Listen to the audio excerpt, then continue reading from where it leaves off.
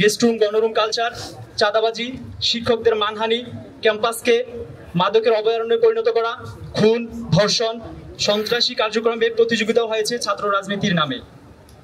ইসলামী ছাত্র আন্দোলন বাংলাদেশ শিক্ষার্থীদের জন্য কল্যাণমূলক ছাত্র রাজনীতি সবসময় চর্চা করে আসছে এবং বিগত প্রায় 3 যুগ ধরে সকল অপরাধ প্রবণতা থেকে মুক্ত থেকে শিক্ষার্থী বান্ধব ভূমিকা পালনের চেষ্টা করেছে। ক্যাম্পাসগুলোতে ছাত্র সংসদের মাধ্যমে শিক্ষার্থী বান্ধব অধিকার আদায়ে প্রতিযোগিতামূলক ছাত্র রাজনীতিতে বিশ্বাস করে ইসলামী ছাত্র আন্দোলন বাংলাদেশ। আর এটি বাস্তবায়নের অন্যতম মাধ্যম হতে পারে নিয়মিত ছাত্র সংসদ নির্বাচন। তাই আমরা নিয়মিত ডাকসু সহ সকল ছাত্র সংসদ নির্বাচনের দাবি জানিয়ে এসেছি এবং ডাকসু নির্বাচন আদায়ে আন্দোলনের সামনে সারিতে থেকে নেতৃত্ব দান ও সচেতনতামূলক গণসংযোগ চালিয়ে এসেছি। আমরা মনে করি ডাকসু সচল থাকলে ক্যাম্পাসের পেশি শক্তির আস্ফালন এবং অপরাধ প্রবণতা বন্ধ হবে, তৈরি হবে সহাবস্থানমূলক রাজনৈতিক পরিবেশ। ছাত্র সংসদ নির্বাচনের মাধ্যমে দেশপ্রেমিক জাতীয় নেতৃত্ব তৈরি হয়। 24-এর গণ অভ্যুত্থানের পরে এই বিষয়টি জাতির কাছে এখনো আরো বেশি সুস্পষ্ট। শিক্ষার্থীদের সাথে নিয়ে আমাদের সম্মিলিত দাবির মুখে দীর্ঘ 6 বছর পর আবারও ডাকসু নির্বাচনের তফসিল ঘোষণা করা হয়েছে। এজন্য দাবি প্রশাসনকে ইসলামী ছাত্র আন্দোলন বাংলাদেশের পক্ষ থেকে আন্তরিক ধন্যবাদ জ্ঞাপন করছি। প্রিয় সাংবাদিক ভাইয়েরা, ডাকসু তফসিল ঘোষণার পর থেকে ক্যাম্পাসের চলমান পরিস্থিতি নিয়ে আমরা উদ্বিগ্ন। সম্প্রতি টিএসসিতে একটি প্রদর্শনীতে কিছু ছবিকে কেন্দ্র করে যে ঘটনা ঘটেছে তা আমাদেরকে বিস্মিত করেছে। 71-এর জাতির চেতনায় কেন্দ্রবিন্দু, যা নিয়ে প্রশ্ন রেখে স্বাধীন বাংলাদেশে রাজনীতি করার স্বপ্ন যে কোনো দলের জন্য আত্মঘাতী হবে।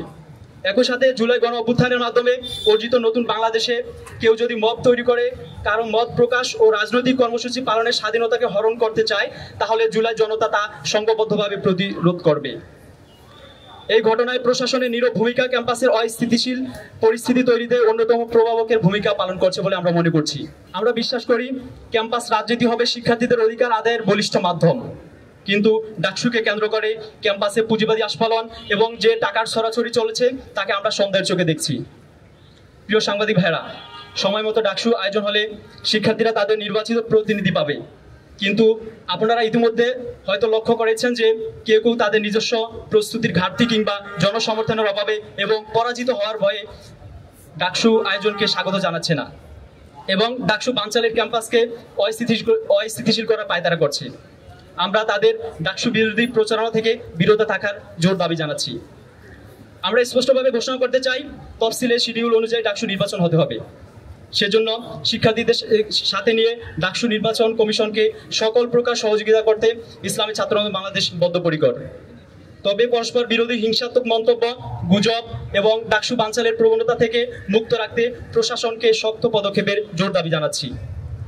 আমাদের প্যানেল থেকে নির্বাচিত হলে আমরা নারী শিক্ষার্থীদের হলে বৈদ্যুতিক পাখা অথবা শীততাপ নিয়ন্ত্রণের ব্যবস্থা, রেজিস্টার অফিসকে ডিজিটালাইজড করা, নিরাপদ, বৈষম্যহীন ও সহনশীল শিক্ষার পরিবেশ নিশ্চিত, শতভাগ আবাসন সুবিধা ও আবাসন মান উন্নয়নে কার্যকর পদক্ষেপ গ্রহণ, গবেষণা ভিত্তিক স্কলারশিপ ও ল্যাব সুবিধা বৃদ্ধি, ডিজিটাল লাইব্রেরি ও ক্লাসরুমের ব্যবস্থা, অনলাইন ক্লাস ও পরীক্ষা সিস্টেম এবং তৎপরবর্তী কার্যক্রমগুলোকে আরও উন্নত ও সহজীকরণ, বিভাগ ও ফল পর্যায়ে দুর্নীতি ও হয়রানি বন্ধে ছাত্র অভিযোগ সেল গঠন, মেডিকেল ব্যবস্থাকে উন্নত করা, পাশাপাশি মানসিক স্বাস্থ্য সহায়তায় হেল্পলাইন ও কাউন্সিলিংয়ের সেবা চালু, ক্যারিয়ার গাইডেন্স, ইন্টার্নশিপ ও স্কিল ট্রেনিং নিশ্চিত, প্রতিটি শিক্ষার্থীর মাথাপিছু ব্যয়কে যথাযথ সচ্ছলতার সহিত কাজে লাগানো এবং সকল ছাত্র সংগঠনের রাজনৈতিক সহাবস্থান ও গঠনমূলক রাজনীতি প্রতিষ্ঠা করা সহ সকলকে সাথে নিয়ে একটি গণমুখী ক্যাম্পাস গড়ে তুলতে প্রশাসনকে বাধ্য করা দীপ্ত প্রতিশ্রুতি জানাচ্ছি।